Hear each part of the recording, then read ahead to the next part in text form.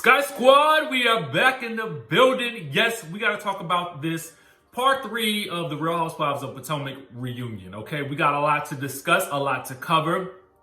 And you know, for me, I felt like part 3 really slithered into some dark and dangerous and kind of grimy territory for Candiace, Monique, and Gizelle. And we'll talk about how each lady handled this as we kind of go about our review.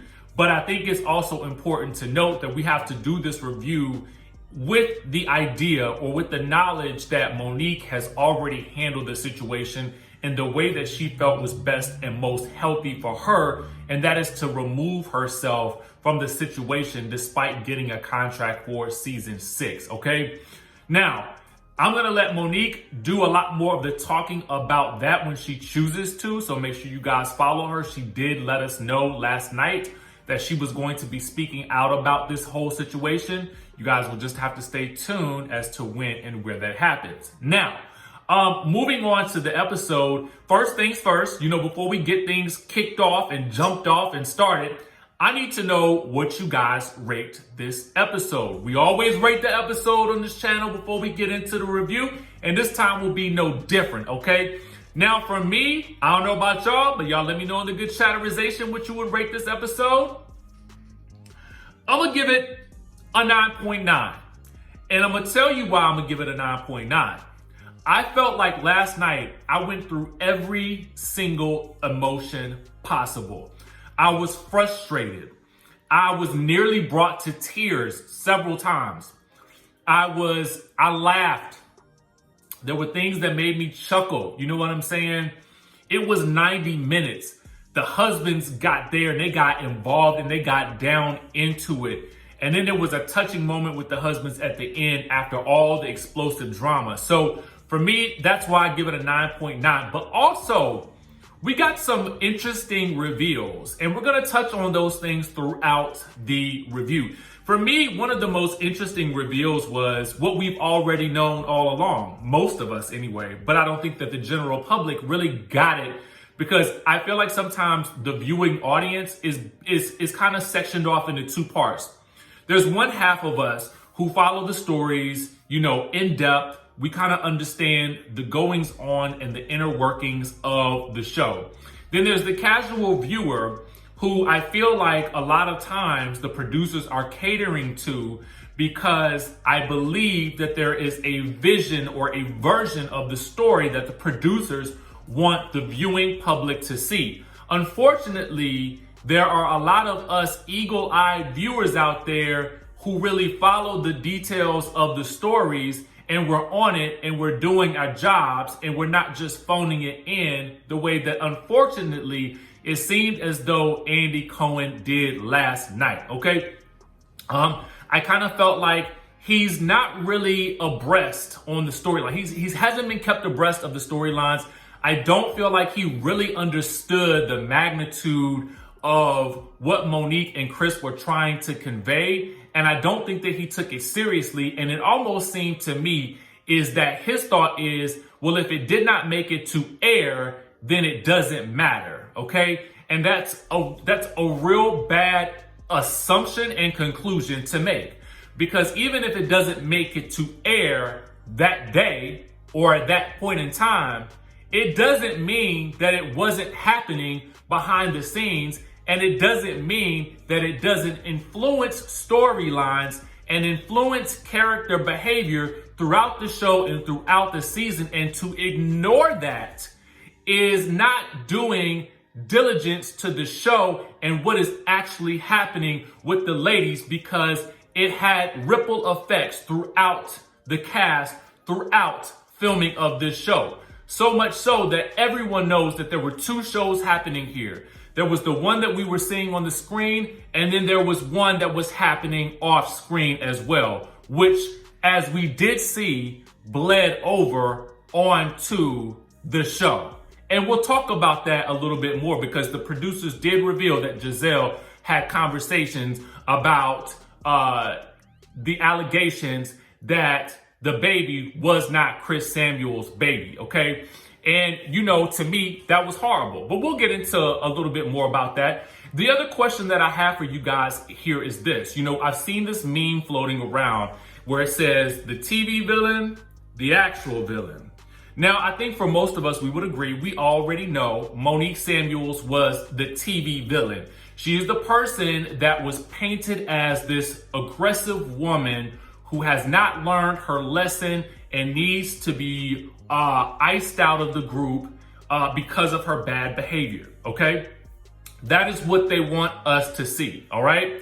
But then there's the actual villain. And what I would wager to you guys is I want you to write in the chat, who is the actual villain of the show?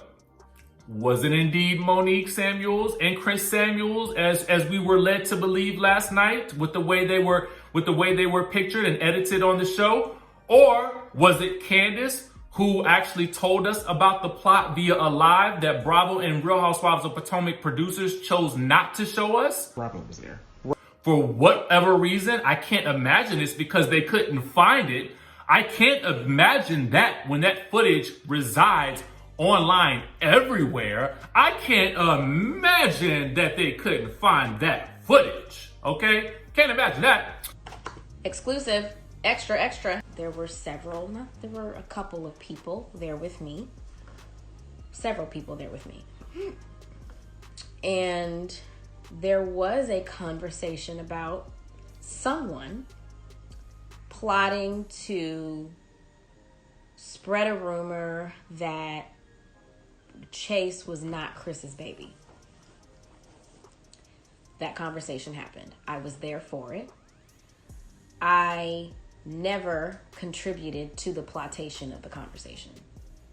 Ever. As a matter of fact, I said that would never fly and it should be dropped. I know that I also said that Monique talks a lot, and Robyn said to me, Robyn was there. Robyn said to me, oh, you talking about your friend? I was like, yes, but she's not here to defend herself, so let's not talk about her. And there were other things said, other kind of plotty things that were said. And there were other things said, other kind of plotty things that were said. And there were other things said, other kind of plotty things that were said. You know, was it Gizelle who we learned last night did in fact have conversations about the child in question? Was it Robyn? Was it Juan, the moving target who was not there at the reunion last night?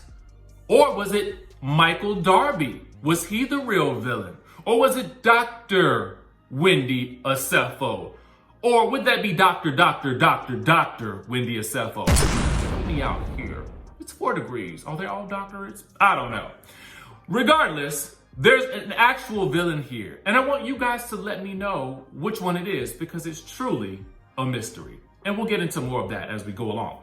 Now, having said all that, we're going to talk a little bit about the different parts of this reunion. We return with the ladies, and Andy is still browbeating Monique and gaslighting her into trying to acknowledge that she feels some type of emotion a year later about an incident that has occurred. Now, let me say this. You know, I don't know. I'm not a parent, so I can't really say. But I often feel like, and I think she touched on this during one of our interviews, that as a mom of 3, you know, at a certain point in time, it would seem as though she would have to just simply snap back into mommy mode.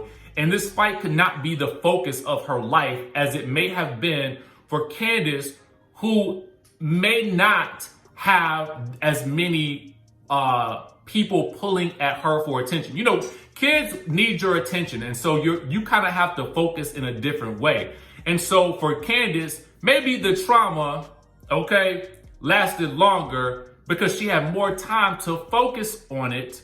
And that's not knocking her for not having kids. It's just simply stating a fact.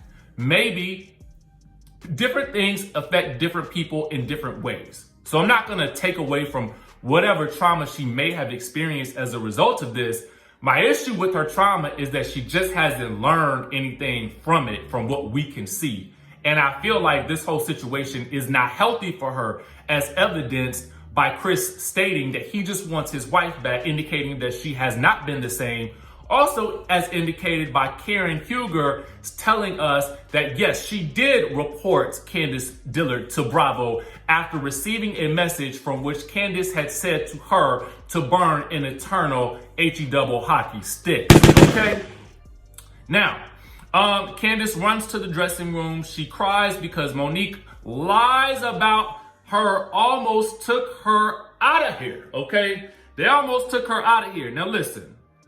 I just don't believe that part of it. I believe that there is a level of shock and embarrassment about having having that happen on national television and going through it. I do believe that there is some of that. I do not believe it almost took her out of here, because she has been well equipped to respond to people and to lash out at people on social media. And so for me, I feel like that is not behavior that is indicative of someone who is traumatized to that degree. Also too, if you guys will notice that when asked about the medications that she is taking, she switched topics rather quickly and went straight into a dialogue about why Karen was trying to get her fired. Allegedly, okay? Now, Kris talks her off the ledge, and this is, again, where Kris Bassett shines, because he walks in kind of like a knight in shining armor for her, and I really like that he is able to settle her. You understand what I'm saying? I really like that aspect about him. Monique and Karen are grilled about some of the things that, I guess, some of the confusing things that Karen said about Monique, okay?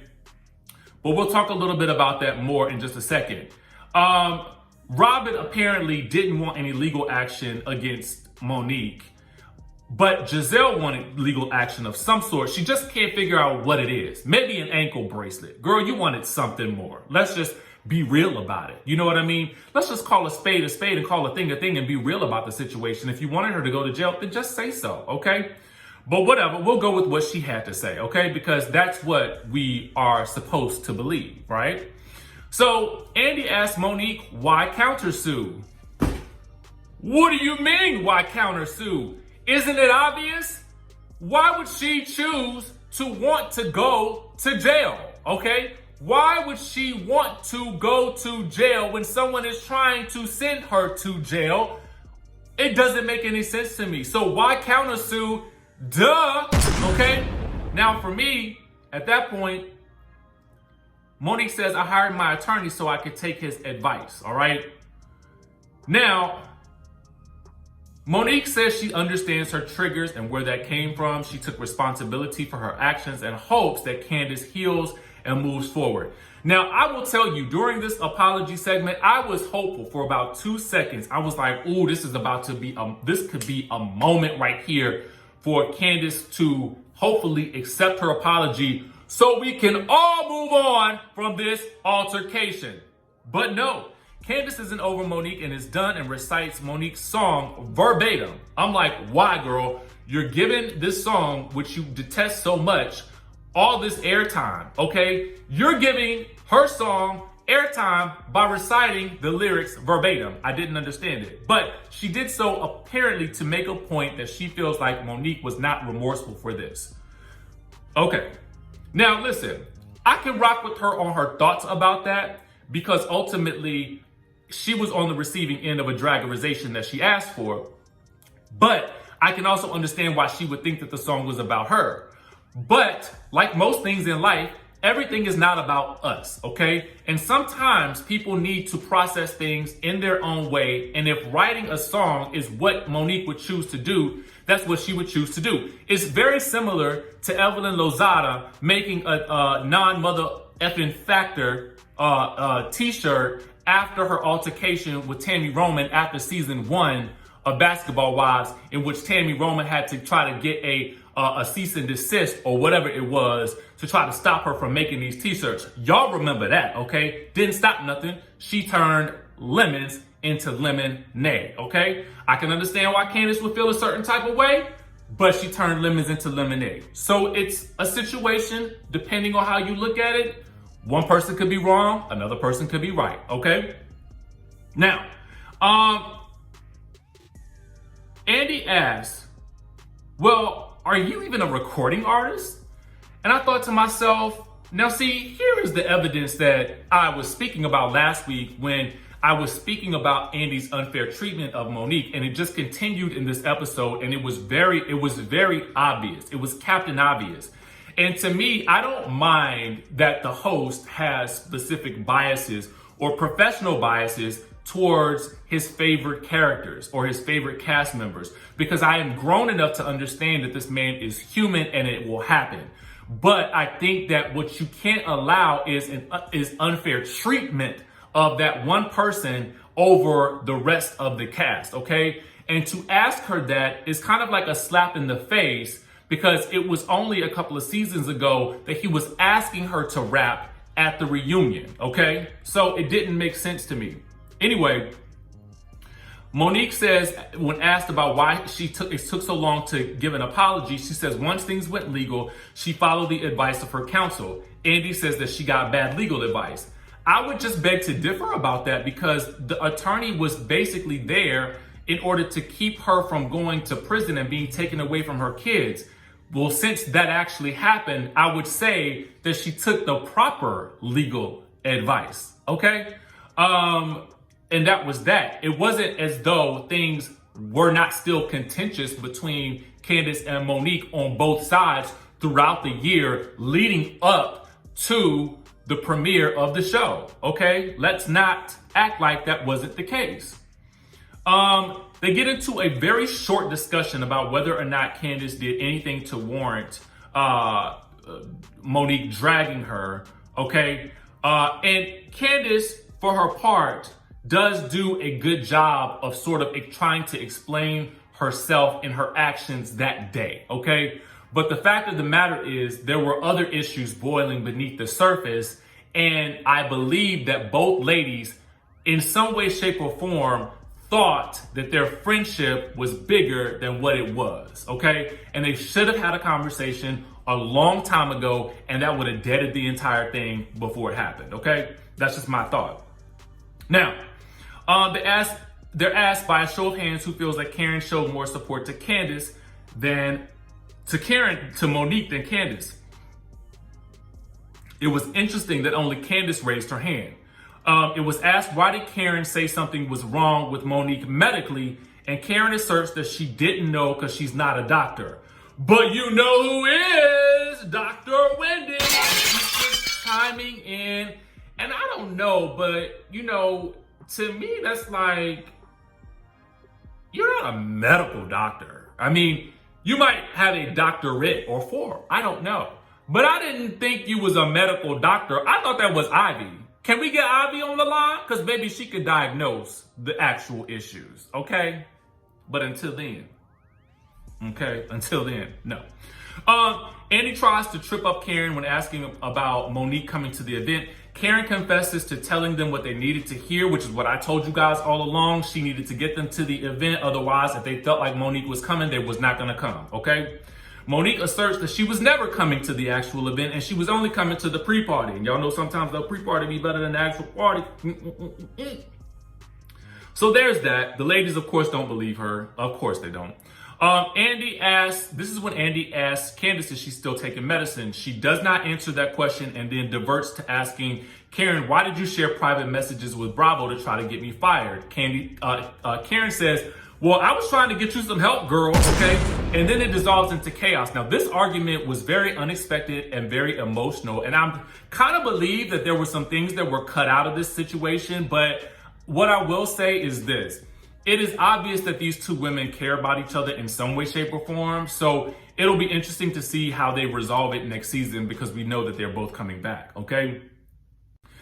Karen does not regret calling the Bravo bosses on Candiace.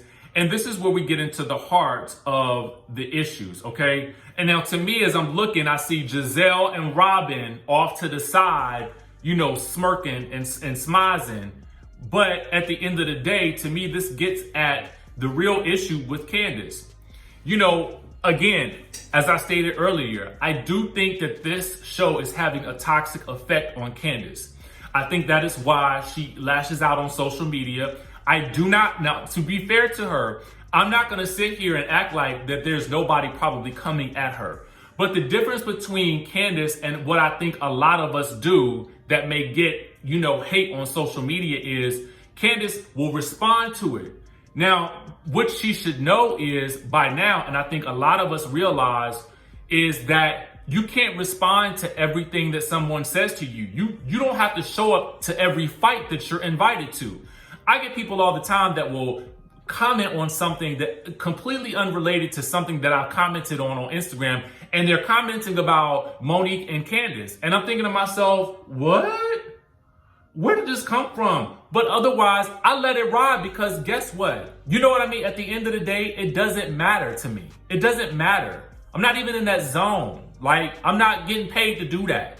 So to me, I feel like, what she has to realize is that she does not always have to show up to every fight that she's invited into. And I feel like she will be a lot healthier mentally. And I'm not saying nothing. I'm not calling her crazy. I'm not calling her anything like that. But what I am saying is I think this situation will be a lot healthier for her if she makes certain adjustments. For Monique, that was quitting the show, okay? For Candace, it may be turning off Instagram or turning off any type of device and just focusing on school, the home, and Kris. Because Kris is saying to her, girl, I want my wife back. And in order for her to get back to a good place, she's gonna need to make some changes and grow. That's really it, the bottom line here, okay? Now, outside of that, the great thing about this situation is for her that Bravo has saved her throughout a lot of this show.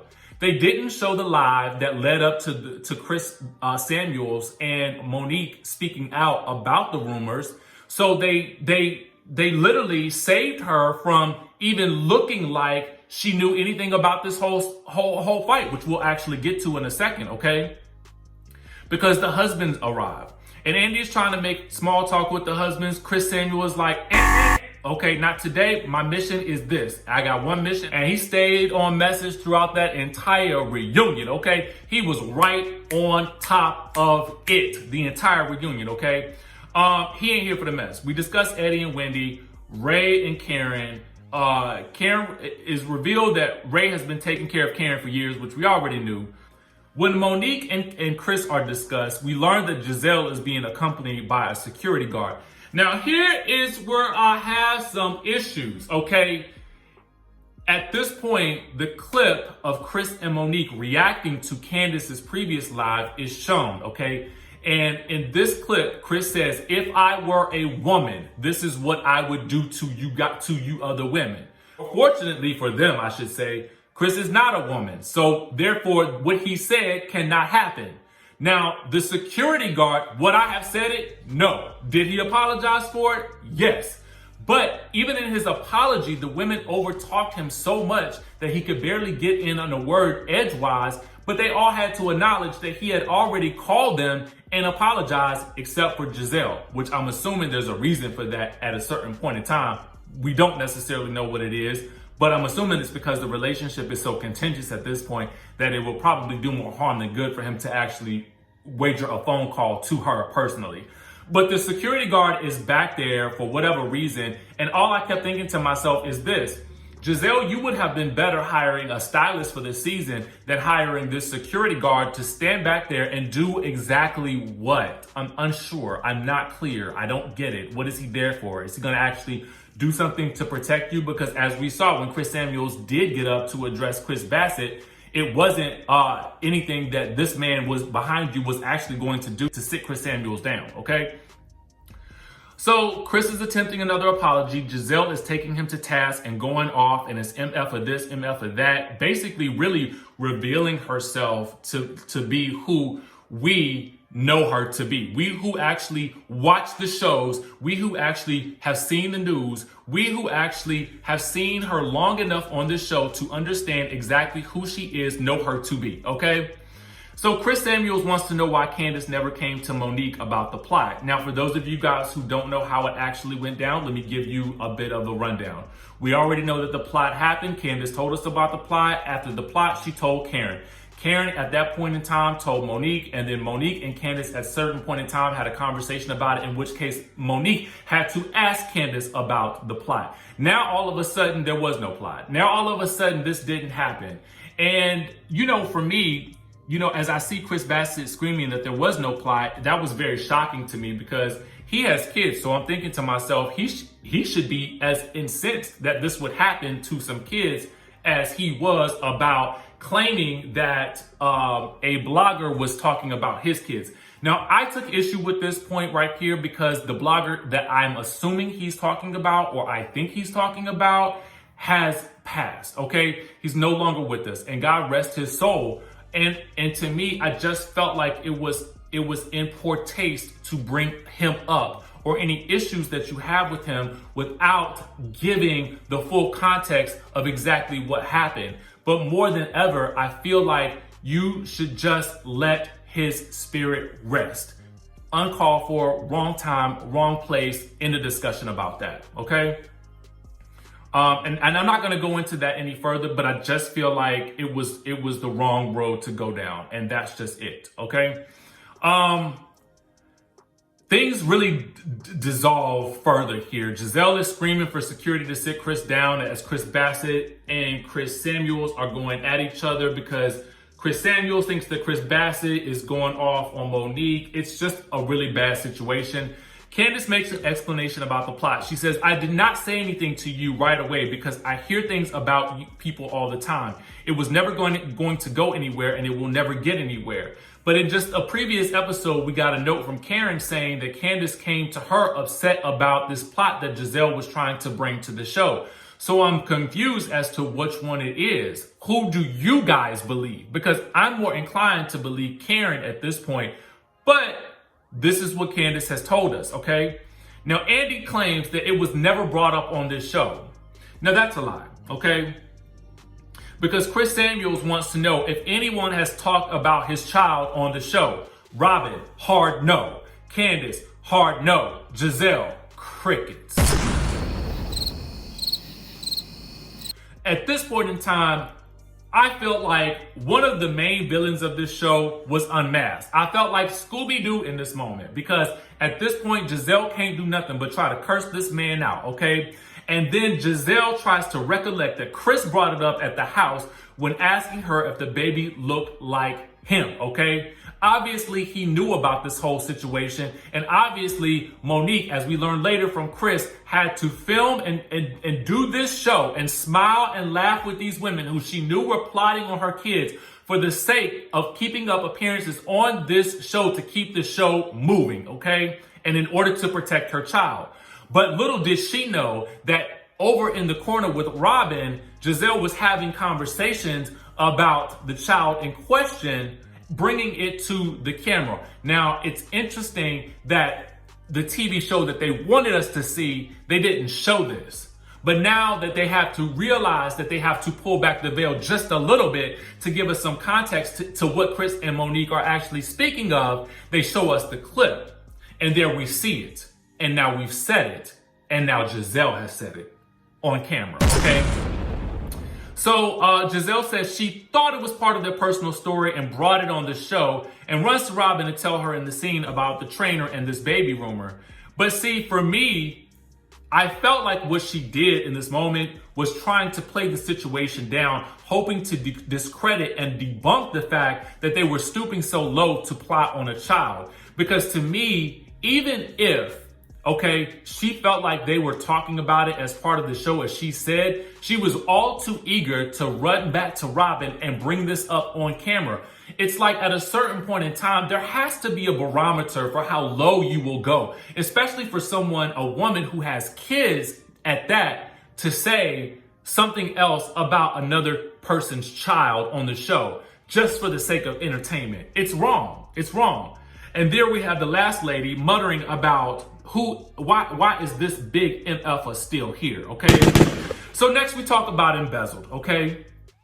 And so let me give you an example of why it was so wrong of Gizelle to go there with this whole baby plot line. And it's evidenced by Karen Huger. not going there when asked about why she said Robyn should be more concerned about what Juan says when he's drunk.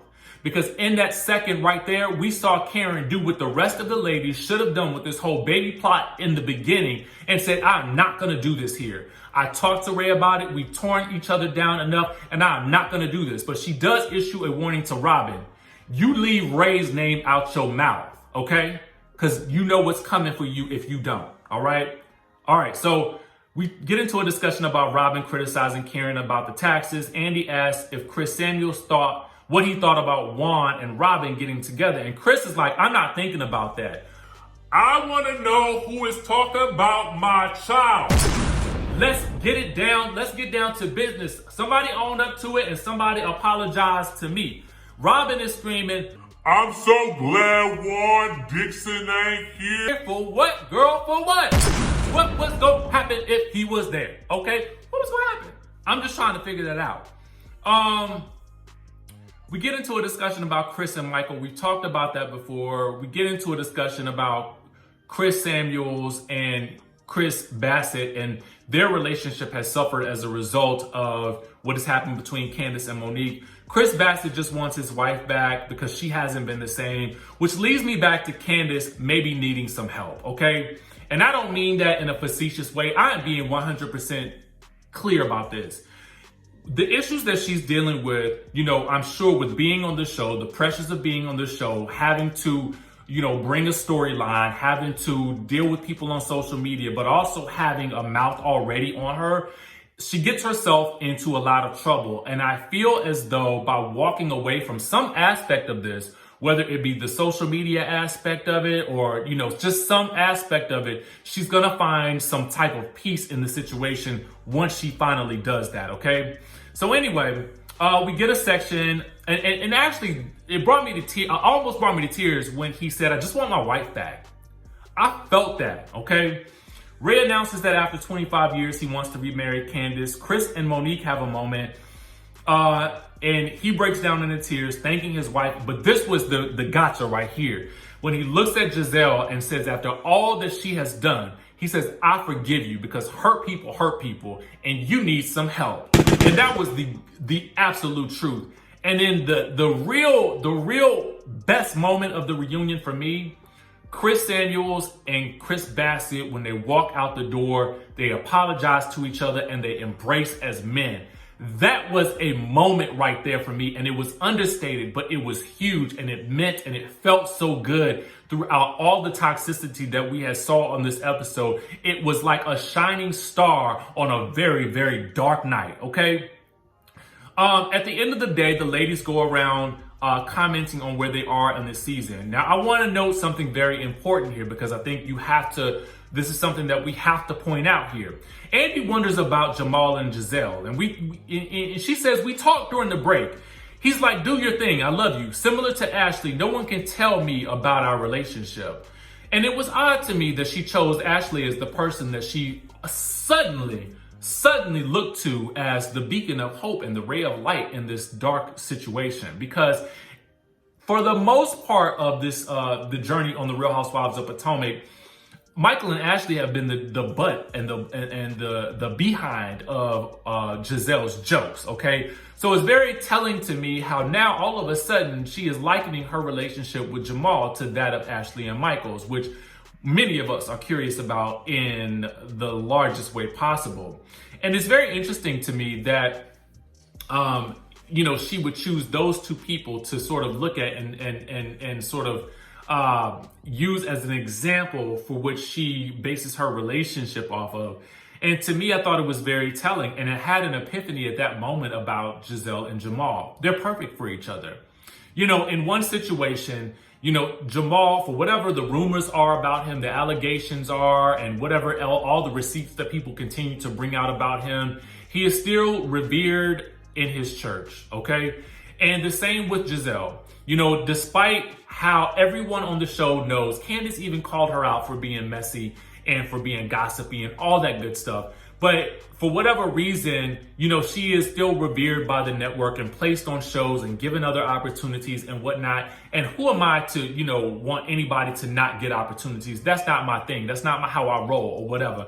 But it's just interesting to me because they seem to be able to gaslight their way into positions of power, similar to me, to the way Trump has done, okay? Not to get political on you guys, but to me, I felt like in that moment, I understood it all. I understood it all. It doesn't matter what the streets actually say. It doesn't matter what the word actually is on the streets about Jamal or Gizelle. It doesn't matter what truths unravel in front of their faces, because they put up a pretty front of what people want to see. They're going to continue to be able to walk down this road and gaslight all of us. And the producers are going to work with it, I believe, because she is willing to go to depths of depravity that other people just aren't willing to go to on this show. And she's going to be willing to push the narrative forward by sprinkling in whatever truth or untruth she deems necessary in order to make the season go round. You know what I'm saying? And she's going to continue to be rewarded for that until it doesn't suit the narrative. And for that, she should be very, very careful, okay? And the other people that should be careful in this scenario are Chris Bassett, Candiace, and Wendy, and Ashley and Michael. Because just as soon as we know that Monique and Kris have left this show, who do you think is next in the line to become the target of the Green Eye Bandit? And I said bandit.